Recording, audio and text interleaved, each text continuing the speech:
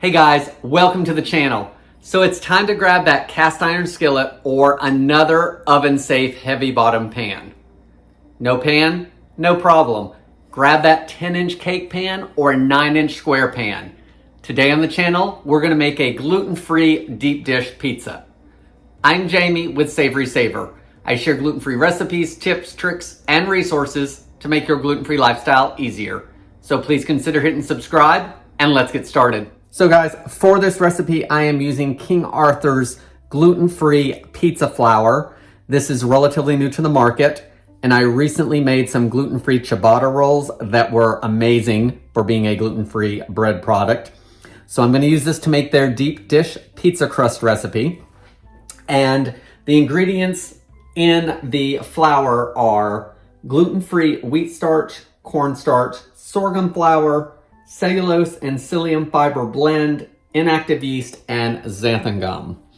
FDA does consider wheat starch to be gluten-free. However, some of you celiac viewers just, make sure this is safe for you to use, because I know that some of you will still steer clear of that, and that is totally understandable. Now that we've gone over what I'm using as the main ingredient in this pizza, let's get it made. So for this dough, I am gonna use the stand mixer just to make it a little easier for me.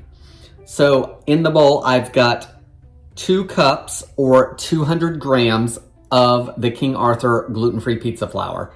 I did measure this by weight and not volume, just to give myself some good results. By all means, I go back and forth still between weight and volume measurements, so use whatever you're more comfortable with.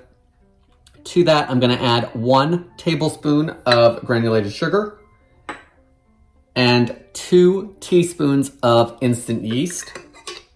The recipe says you can actually add everything to the bowl at once. I do like to blend my yeast into my flour because we are gonna add salt, and sometimes that can inhibit the yeast from activating properly. So I'm just gonna turn it on to low and blend it real quick. Now that it's all incorporated, I'm gonna add the remainder of the ingredients. I'm gonna add 3/4 of a teaspoon of salt. I'm gonna add 170 grams of warm water, or 3/4 of a cup. And this water is at about 120 degrees Fahrenheit to activate the yeast. I'm also gonna add 1 tablespoon of olive oil.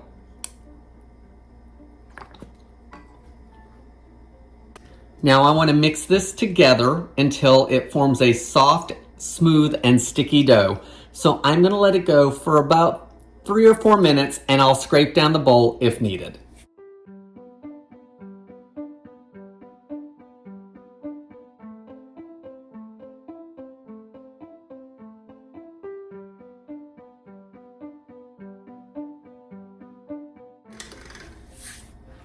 So it's been about 3.5 minutes. I scraped the bowl down at 2 minutes, and the dough is really nice and smooth, I think. So I'm gonna scrape it down.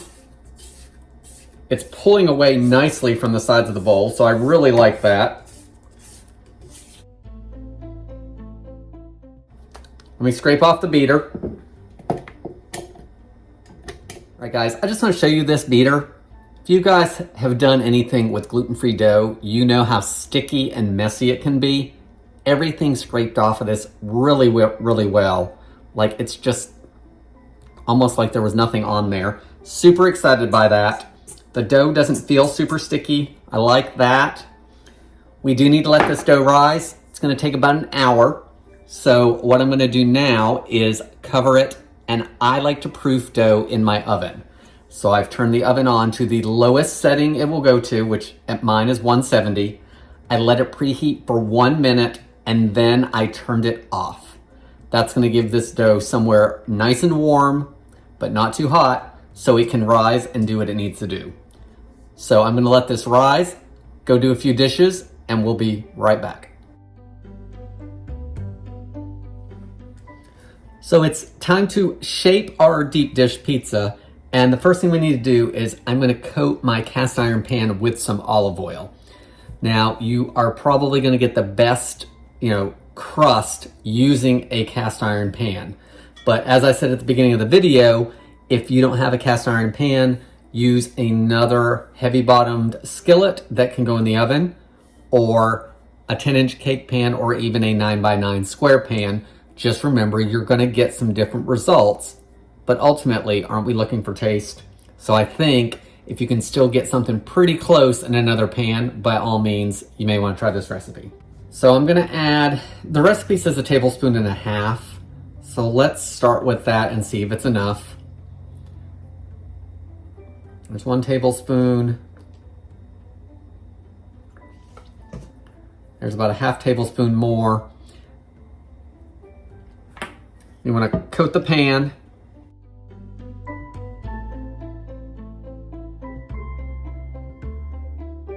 All right, so here's our dough, and it has risen some. It's kind of bouncy like regular dough, which is really nice. So let's turn it out into the pan.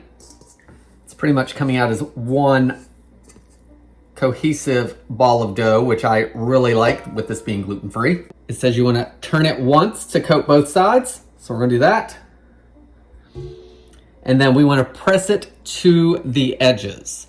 So it says that it may shrink and not want to go to the edges. And if it does that, we're going to give it a little bit of rest time. But let's see what it does first. You also want to dimple it as you go. So as you press it out, use your fingertips. It does have some resistance, which I'm not used to dealing with doughs like this. You know, gluten-free doughs usually don't do that. So that's nice to see something act almost like regular dough. Okay, so my dough's all shaped. It does say if it doesn't go to the edges to cover it, let it rest, and then repeat the process with the dimpling and the stretching it out. But I mean, I think it's pretty much where I need it. So it does need another rest time though for 30 minutes. So I am gonna cover it again. We're gonna rest it for 30 minutes. I'm just gonna leave it here. I'm not gonna put it back in the oven because I'm gonna turn the oven on so it can preheat. The oven is gonna preheat at 450 degrees, and I'm gonna let it preheat the entire time for the half hour. It'll give it time to get up to that temperature. You're also gonna use the bottom third of your oven. So if your rack's in the middle, like mine tends to be, move it down at least one so it's in the lower third of the oven to get that extra blast of heat from that bottom burner. So let's cover this up and let it rest, and then we will get this baked off. Okay, it's been 30 minutes. This has done another rise. Our oven is at 450 degrees. Let's get this topped so we can get it in the oven.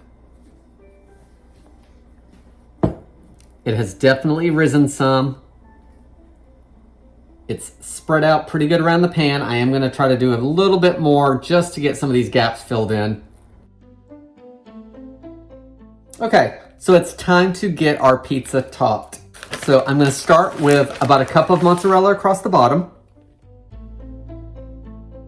Next, we're gonna add sauce. So I'm gonna dollop sauce all over the top. And it says to use 1/3 cup to about 1/2 cup. I'm gonna add some seasonings as well as some pepperoni and mushrooms because that's what we like on our pizza. So I'm gonna add a little bit of garlic powder. I'm gonna add some Italian seasoning. If you wanted fresh herbs, you would add those at the end when you take it out of the oven. So let me add some pepperoni.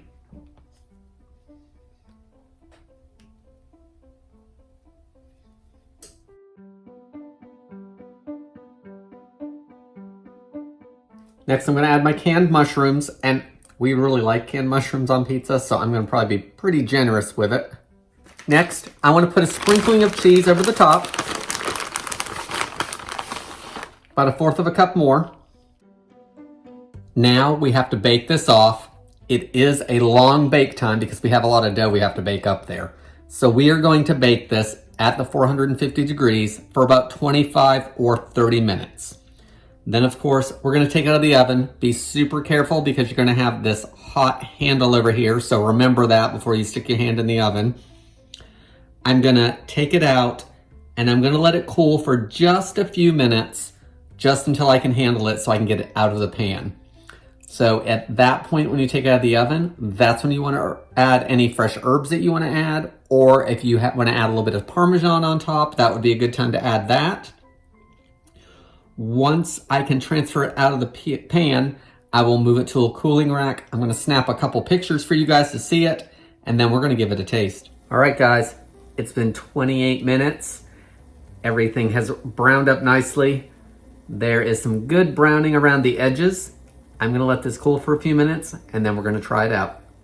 Okay, guys, so our gluten-free deep dish pizza is done, and I wanna show you a few different things in regards to the pizza itself, starting with the cast iron pan.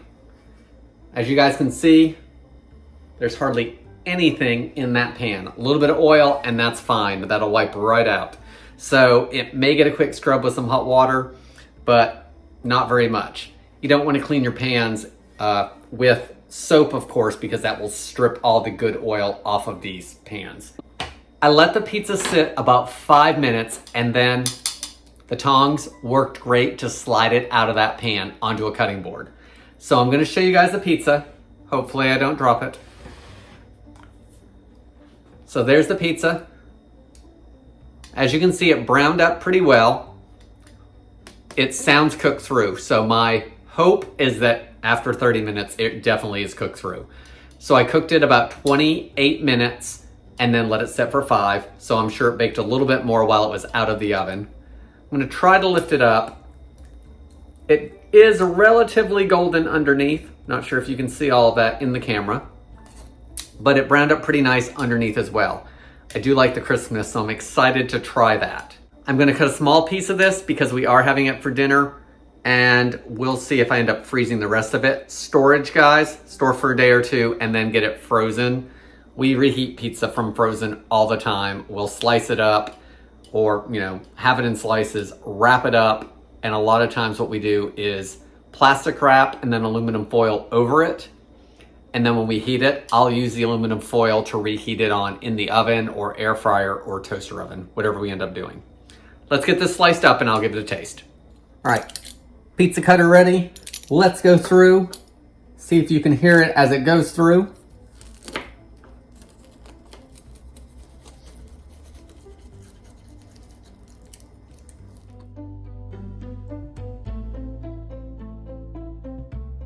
All right, so our toppings are doing okay staying on there. That pepperoni wants to fall off. But other than that, I mean, the crust is holding its own. It's standing upright. It's got some good rise to it. See those air pockets in there? Let's try it. Guys, this is really good. Very good crust, great consistency, little bit of crispness to the outside, chewiness on the inside. I think King Arthur Flour has got a good product on their hands. I've made this, and earlier I made the ciabatta rolls, so check those out if you haven't. But I think this was an easy recipe to work with. It baked up well.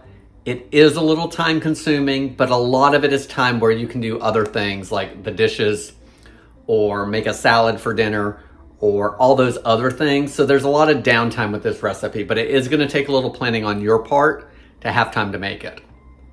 Guys, gluten-free deep dish pizza using King Arthur's gluten-free pizza flour blend. That's all I've got for today. Please leave me your comments below, and I hope to see you on the next video.